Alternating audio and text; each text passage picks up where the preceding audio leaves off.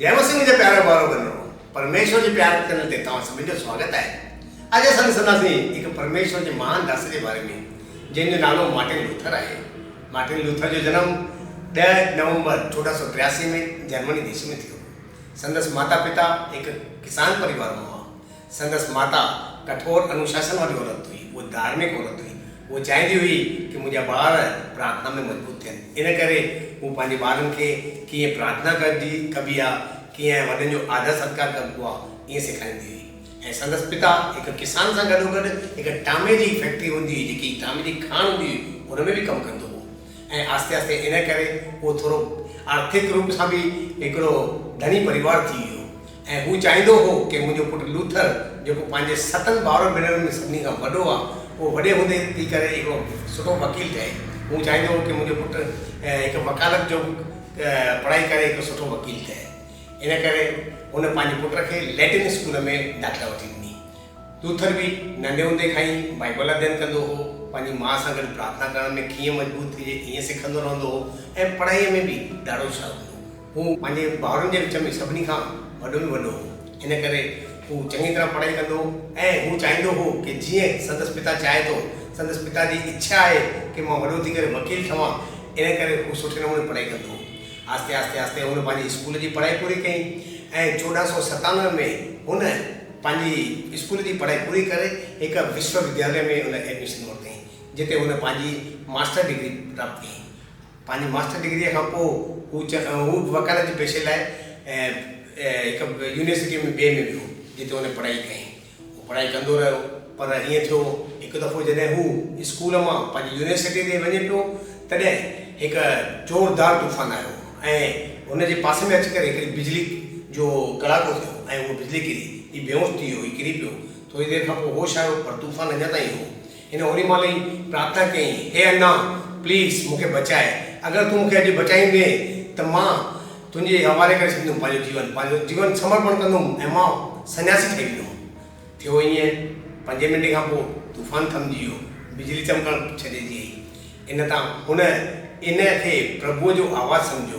हिन घर वञी करे इहा ॻाल्हि पंहिंजी माता खे चयईं ऐं चयईंसि कि मां पढ़ाई छॾे करे हिकु सन्यासी थियणु थो चाहियां।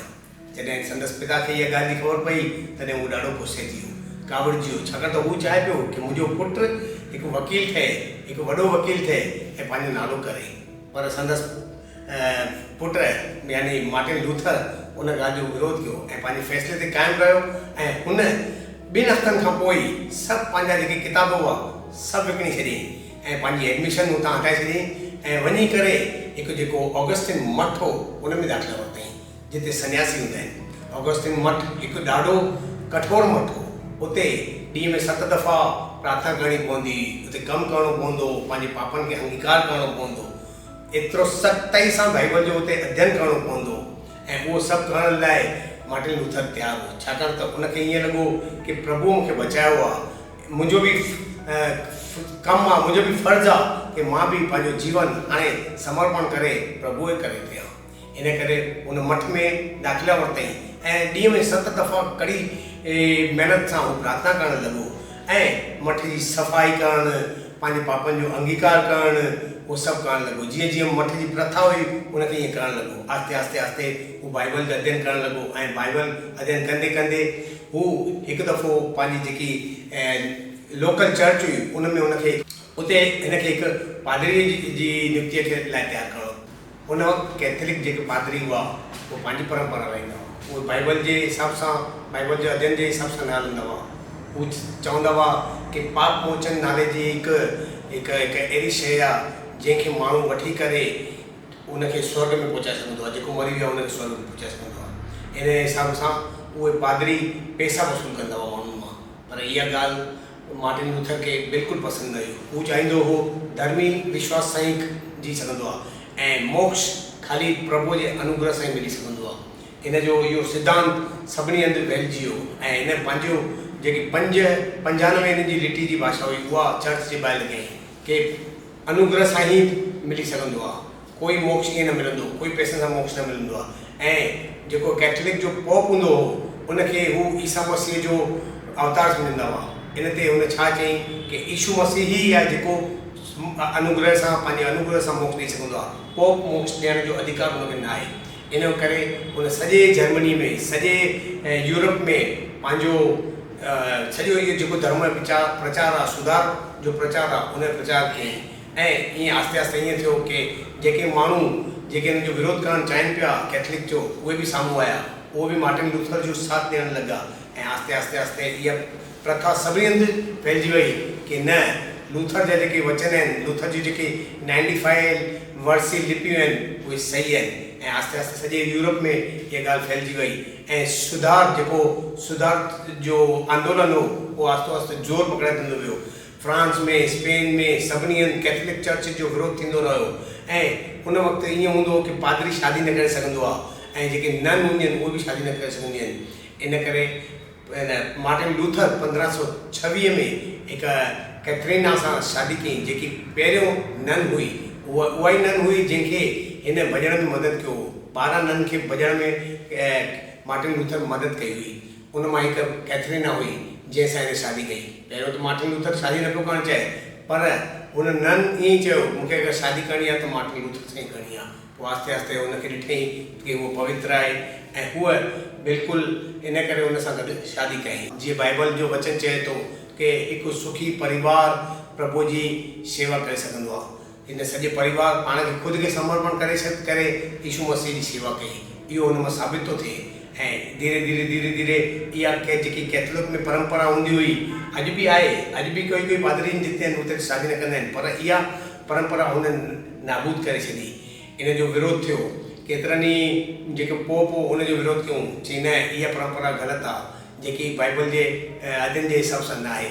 पर मार्टिन लूथर चई, तव्हां गहरो बाइबल जो अध्ययन कंदा त उन में ईअं लिखियलु आहे कि हिकु पारिवारिक जीवन ॾेई करे असां प्रभु यीशु खे ख़ुशि करे सघंदा आहियूं। इन रीति सां उन पंहिंजो जीवन, पंहिंजो समर्पण कयईं। सॼी उनजी वाइफ बि, कैथरीना जेकी हूंदी, उन्हनि बि उन ॿियूं जेकी नन हुयूं उन्हनि खे बि सपोर्ट करे, उन्हनि खे बि सेखारींदी हुई कि कीअं पंहिंजो पाप अंगीकार करे पाण खे हिकु समर्पण भरियो जीवन प्रभु खे ॾेई सघिबो आहे। सभिनी चर्चुनि लूथर जे वीचारनि जो प्रोटेस्टिंग चर्च जो स्वागत कयो।